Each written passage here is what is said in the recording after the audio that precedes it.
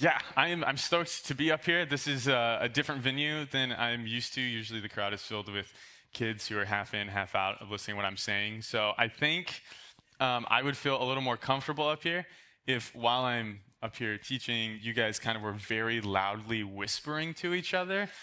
Um, or like occasionally, if you raised your hands and interrupted me to ask to go to the restroom, I think that would be perfect. That's exactly my sweet spot of comfortability. Um, no, but I'm really excited. The series I think is great. My heart has a sweet spot for the Old Testament. I love studying the Old Testament, so I think it's great that we're going through the major prophets. There's a lot of wisdom to be gleaned from them, even though they are living in a completely different world than we are. And I know the last couple weeks, Stephen did a pretty good job setting up Isaiah, talking about Isaiah and the tonal shifts and the 150-year break in the middle of Isaiah. And Stephen kind of set this series up of even though the prophets are living in this completely different world, this completely different time, how are we going to read what the scriptures say and take what we need to out of it and apply it to our lives? And so Jeremiah is the book that I'm going to be introducing us to, is the next book in the series. And we're going to be kind of going through a whole scope of what's going on in Jeremiah. Jeremiah is a complicated book. I think it might have been a hazing thing that they gave me the book of Jeremiah the first time I preached, because Jeremiah is not an easy book to decipher. Jeremiah is the longest book in the Bible, so had to read that before I preached. Nice. It is so long. It is the longest book of the Bible. Jeremiah, very prophetic. God had a lot to say through Jeremiah for the people of Judah, for the people of the kingdom of Judah. Also in Jeremiah, when I introduce Jeremiah, maybe some passages start coming to mind that you're familiar with. Like, I know there's famous passage, Jeremiah 29:11, for I know the plans that I have for you, right, might come to mind. At the beginning of Jeremiah, when God is calling Jeremiah to be a prophet, God tells Jeremiah, like, I knew you when you were still in the womb, like I've known you before you were born, right? So maybe we're familiar with Jeremiah a little bit or familiar with these passages, but we're really going to dig into the context behind these passages. We're really going to dig into the context of what's going on in the book. Another complicated thing about Jeremiah, other than being so long, is it has a complicated reading structure. So we read in Jeremiah about halfway through that one of the kings of Judah, Zedekiah, did not like Jeremiah's message. And we're going to learn that it wasn't a very fun message that Jeremiah had. But Zedekiah hated the message so much that he commanded all of Jeremiah's prophecies that had been written down to be burned. Completely burned, destroyed. All of his messages gone. And so Jeremiah had to go back, rewrite all these messages and prophetic words retroactively, and he kind of added to them and embellished them and made them a little bit more. And so there's this complicated reading structure of like some of the things that Jeremiah said he had to rewrite later on, and it was kind of this retroactive thing, and some of the stuff is like pointing to stuff later on because he was able to write it. Anyways, it gets complicated, right? And not only is the book complicated, the world history around Jeremiah is super complicated. This is a super fun part. We're going to learn about world history. The stuff going on around Jeremiah, also very complicated. So the Assyrian Empire was the dominating world power for like a few hundred years leading into Jeremiah. And Jeremiah was a prophet for about a 40-year span. And in that 40-year span, we see Assyria, dominating world power for 300 years, had been an empire for a couple thousand years, is losing their power, and eventually by the end of the book is replaced with the new world power of the Babylonian Empire. So this enormous shift in power, right? The Assyrian Empire was like feared and conquered most of the world, and then the Babylonian Empire comes in as Assyria starts to lose its power, and Babylonian comes in and takes over and has a lot of interaction with the kingdom of Judah. But this massive shift in global power takes place over this short 40-year span of Jeremiah being a prophet. So there's all this global stuff happening around the kingdom of Judah. But also in the kingdom of Judah, there's a ton happening on the inside. like over Jeremiah's 40 years, there are 4 different kings with 4 different political agendas and 4 different, completely different things that they're trying to do, right? Judah is the southern kingdom of Israel, right? There's a northern kingdom and a southern kingdom. Judah, the southern kingdom, and they're constantly at odds. And the first king, Josiah, when Jeremiah was around, the first king, Josiah, he kind of had good relationship with the northern kingdom, and the northern kingdom respected Josiah. And so there was kind of this like pseudo unification happening between the southern and northern kingdom. But then after Josiah dies and a new king comes, there's that tension comes right back into place, and it's tumultuous inside the northern and southern kingdoms again. And these kings, more and more kings, 4 kings, like I said, over the time of Jeremiah. So a lot shifting around there. And then maybe, most notably, as we'll read at the end of the book, the temple is destroyed. So the temple inside of Jerusalem, the capital of Judah, the temple was thought to be, was recognized as the physical presence, where the physical presence of God dwelt on earth. God's physical presence on earth dwelt inside of this temple. And so you can imagine for the Jewish people living inside of Judah that this was a hugely significant place, right? So much of their identity was wrapped around the temple because that's where God was, right? And not only their identity, but their commerce and their religious practices and a lot of their power was wrapped up in Jerusalem around the temple. And over Jeremiah's time, the temple is destroyed, leaving the Jewish people lost, right? This is such a significant thing to the Jewish people that in history, when we're talking about the history of the Jewish people in Judaism, we break it up into First Temple Judaism and Second Temple Judaism. And this is the destruction of the First Temple. And this leads to a lot of things like the Jewish people are scattered. And so this leads to the rise of synagogues, like we see in the New Testament as being places of worship. We see the codifying of the Torah, right? The first 5 books of the Bible before were just like leaflets and spoken word, kind of oral tradition passed down, but we see the codifying of the Torah, and we see a completely new Jewish people come up. So I just threw a lot at you. There's a lot going on. I'm not throwing all that at you for you to remember.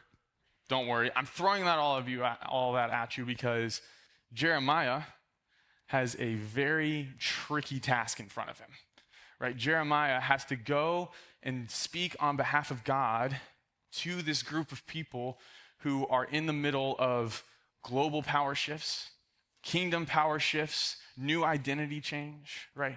Everything that could possibly be pressuring these people politically is weighing down on them. Their identities are stripped away. Jeremiah has a really huge task in front of him, a really huge task to speak to these people who probably don't really want to hear what he has to say.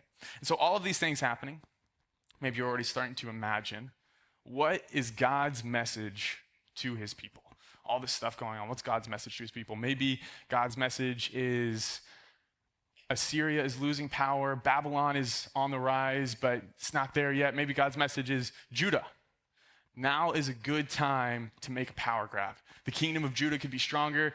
The world powers are weak. Maybe now's a good time to make a power grab. Or maybe God's message is you got these 4 kings and a lot's happening. Maybe Jeremiah is ushering in. God has a new king, and this king is going to solve all of our problems. He's going to be the king that we're going to follow for a long time. He's going to be the guy that like sorts everything out for us. Like maybe Jeremiah is ushering in or raising up a new king for God. Or maybe it's about the temple. Like, hey guys, the temple's going to be destroyed, so we need to protect it at all costs and make sure that the physical resting place of God's presence on earth is protected, right? Maybe that's what Jeremiah's message is.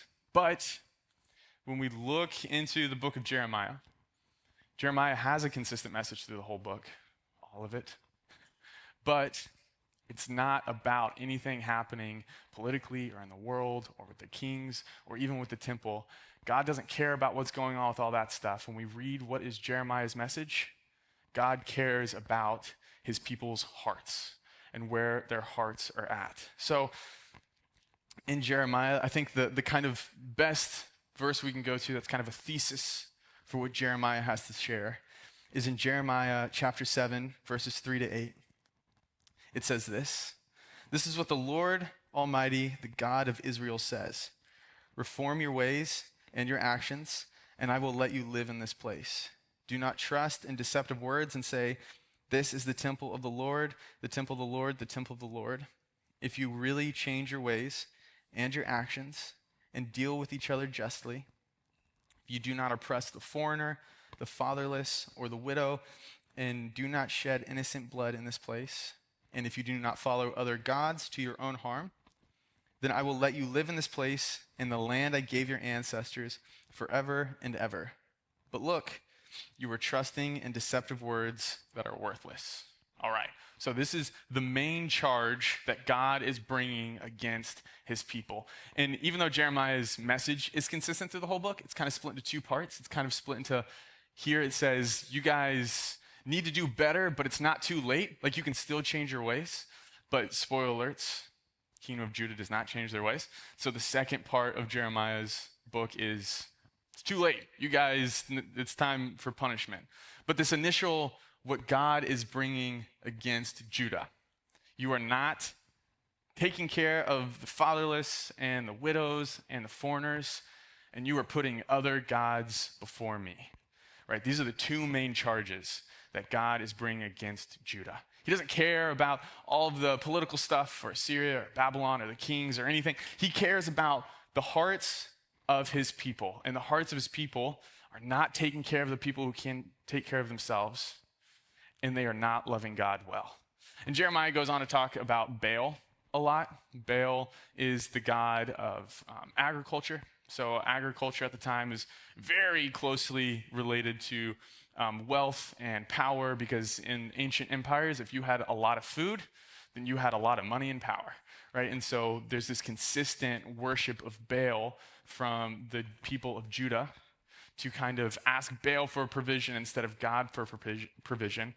And in that kind of trying to accumulate power and wealth, they forget about the people that can't take care of themselves. They forget about the fatherless and the widows and the foreigners, right? So those two things are very much so connected. And so this is Jeremiah's main message to the people. You guys aren't doing good enough, and these are the things you're doing wrong. You're not taking care of people well, and you are not loving God well. You're loving another God more than me. So later on, we move to the second half of Jeremiah's message. You guys, it's too late. You haven't changed your ways fast enough. You haven't done what you were supposed to. And so now it's time for punishment. And in Jeremiah 34, verses 2 to 3, it says this: "This is what the Lord, the God of Israel, says. Go to Zedekiah, king of Judah, and tell him, this is what the Lord says. I'm about to give this city into the hands of the king of Babylon, and he will burn it down. You will not escape from his grasp, but will surely be captured and given into his hands. You will see the king of Babylon with your own eyes, and he will speak with you face to face, and you will go to Babylon." All right. First part, God says it's not too late. You can keep living in the promised land. You just got to change. You got to do better. They couldn't pull it together. They couldn't do it. And so the rest of Jeremiah's message is, I'm sorry, you didn't do good enough, but now you're going to be sent into exile into Babylon. Exile is kind of like a triggering word for the Jewish people, because their whole beginning and identity was them coming out of exile from the Egyptians, who were their original oppressors, and God had to deliver from that. So they definitely don't want to go into exile again. But it's too late. Jeremiah says, it's over. You're going to go into exile. And the people of Judah kind of hate Jeremiah for this message. So Jeremiah is also known as the weeping prophet, is one of his monikers. And because this message is such a bummer, his message shifts to it's too late. It doesn't matter. You're going to be sent into exile. In fact, Jeremiah starts telling the people, don't even fight it. If you fight it, you're going to die. And if you don't fight it, at least you'll live in Babylon, but at least you'll live.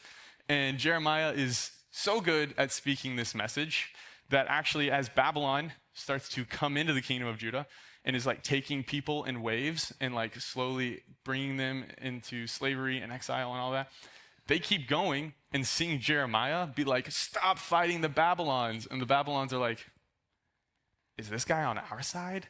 And so they keep leaving Jeremiah behind because Jeremiah is like advocating for them, right? So Jeremiah has this horrible message that he has to deliver, but he's doing a good job at it. So good that the Babylons think that he's on their side.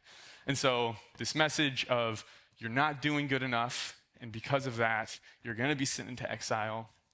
And then the final part of this, at the very end of the book, we see this actually happen. And in Jeremiah 52, verses 12 to 13, they are starting taken to exile. And it says, on the 10th day of the 5th month in the 19th year of Nebuchadnezzar, king of Babylon, Nebuzaradan, commander of the imperial guard, who served the king of Babylon, came to Jerusalem.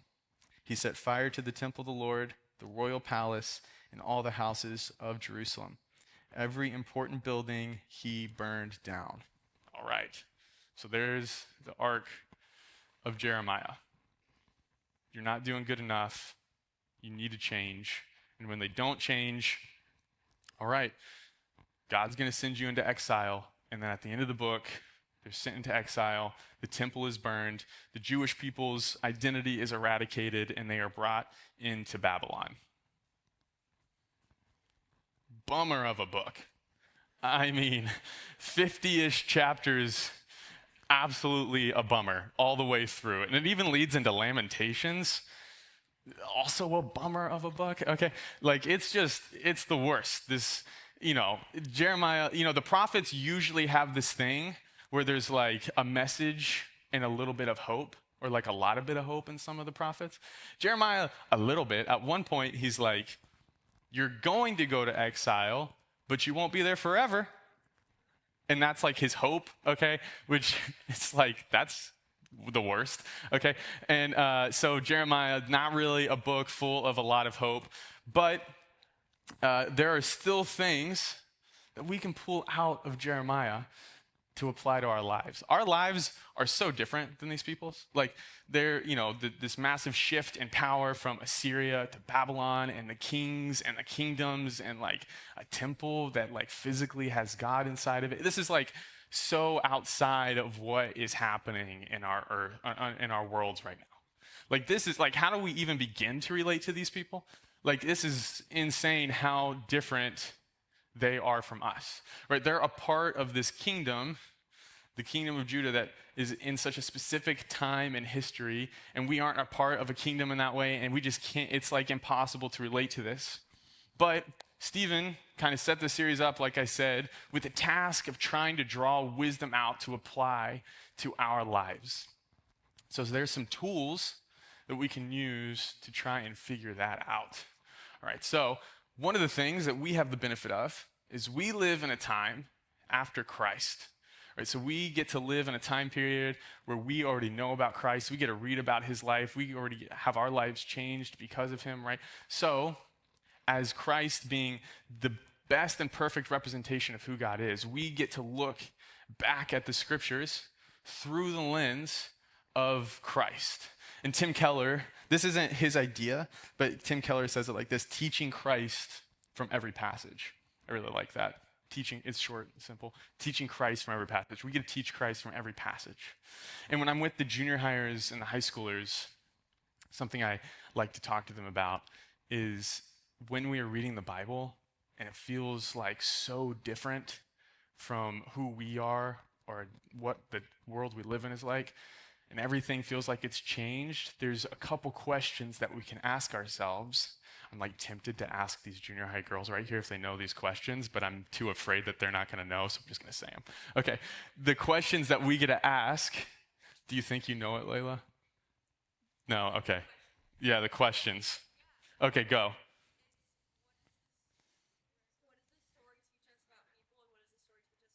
Oh, amazing. I loved that. Okay, perfect. That was awesome. Okay, yes, so what does this story teach us about people, and what does the story teach us about God? Because when the world around us is constantly changing, that was such a gamble. That was crazy. When the world around us is constantly changing, two things usually don't change, and it's how people act and it's who God is. So when we are digging into these Old Testament passages, we can ask ourselves, what does this teach us about people? And what does this teach us about God? And so looking at this through the lens of Jesus, asking ourselves, what can we learn about God? We can start to figure out how this story applies to our life. So, Kingdom of Judah. Not a kingdom we're a part of. But Jesus, when he is on earth and he's walking around, he is teaching. Jesus is setting up the framework for a brand new kingdom. A kingdom that we do get to be a part of, the kingdom of heaven. All right, and Jesus often looks at the old kingdoms and looks at the kingdom of heaven and kind of compares the two of them, kind of draws some wisdom from them and applies them to this new kingdom that we do get to be a part of. And a lot of the message that God has for the old kingdoms is true in this new kingdom of heaven. So Jesus spends his time talking, building up this new idea of a kingdom of heaven, right? He kind of is tearing down this old kingdom of like God had a specific chosen people and a kingdom that he was specifically tied to, and they had their 10 commandments and all these laws that they made around these 10 commandments that they had to uphold, right? And Jesus is kind of tearing that idea down, and he's building up this new idea of there's this kingdom of heaven and the rules are simpler and everybody gets to be a part of it. You don't have to be one of God's chosen people. Anybody can enter in the kingdom of heaven. You don't have to listen to all these complex laws that are convoluted and hard to follow. Here's a few simple things that you got to live by and change your life, or that can change your life, and you are a part of the kingdom of heaven, right? So there's these two kingdoms that we're kind of juxtaposing. And in the old kingdom, we see Jeremiah, or God's main charge to the people of Judah through Jeremiah, is that they were not taking care of the fatherless and the widows and the foreigners, and they were not loving God well, right? This is the main charge that God brings against the people of Judah. And when Jesus is talking about the rules or how we need to listen to the people, or how we need to care for the people in the kingdom of heaven and what it means to be a member of the kingdom of heaven, in Matthew 22, 36 to 40, Jesus says this. A teacher is talking to him, and it says, "Teacher, which is the greatest commandment in the law?" He asked of Jesus, and Jesus replied, "Love the Lord your God with all your heart and with all your soul and with all your mind. This is the first and greatest commandment, and the second is like it. Love your neighbor as yourself. All the law and the prophets hang on these two commandments." All right, so we see, even though it is completely different kingdoms, we see the first kingdom of, whatever is going on in Assyria and Babylon or whatever, all this crazy stuff, but God's message is still the same for them. You're not loving God well, and you're not loving people well. And then fast forward, right? Jesus building up this new kingdom, and the two commandments he gives us: you need to love God well, and you need to love your people well. Those are the two things that you need to do. So Jesus establishing this new kingdom, and we already see some kind of through lines between the two kingdoms, right? We already see how some of this can apply to now. And Jesus, in maybe his most famous sermon, is still building up a lot of the kingdom and a lot of what's going on. And so Jesus gets into the Sermon on the Mount. You might have heard of it. And Jesus spends the whole Sermon on the Mount talking about what it means to be in this new kingdom. And he spends a lot of time tearing down the old kingdom. So in the old kingdom, Jesus says, you've heard it, love your neighbor. And Jesus says, well, I'm telling you, love your enemy. Or in the old kingdom, it says an eye for an eye.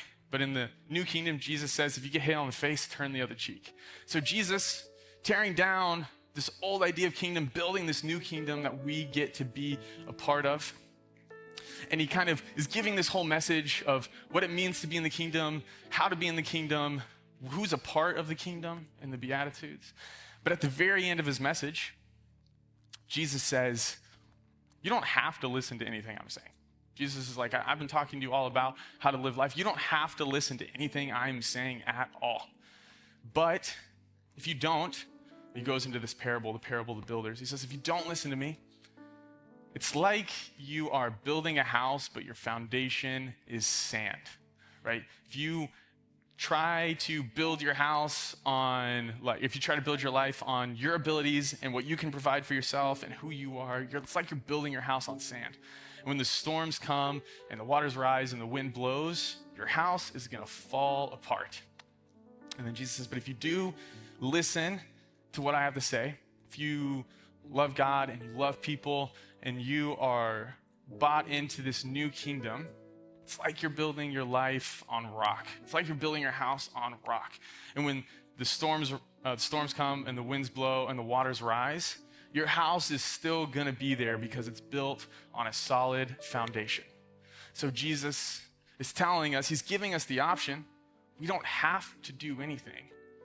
But there is a wise move and a foolish move. And the wise move is to build our house on that rock foundation. And we see the kingdom of Judah, we see that they tried several times to build their house, to build their kingdom on sand. We see a couple things like they cared about themselves more than they cared about the people who couldn't take care of themselves, right? They cared about accumulating wealth and comfort and amassing, they cared about wealth and comfort, and they forgot to take care of the fatherless and the widows and the foreigners. And we see that they also didn't love God well, that over the course of Jeremiah, they kept worshiping Baal, and that they tried to buy into what Baal was promising them. They tried to lean into Baal as a provider, and they tried to provide for themselves instead of trusting that God could provide for them.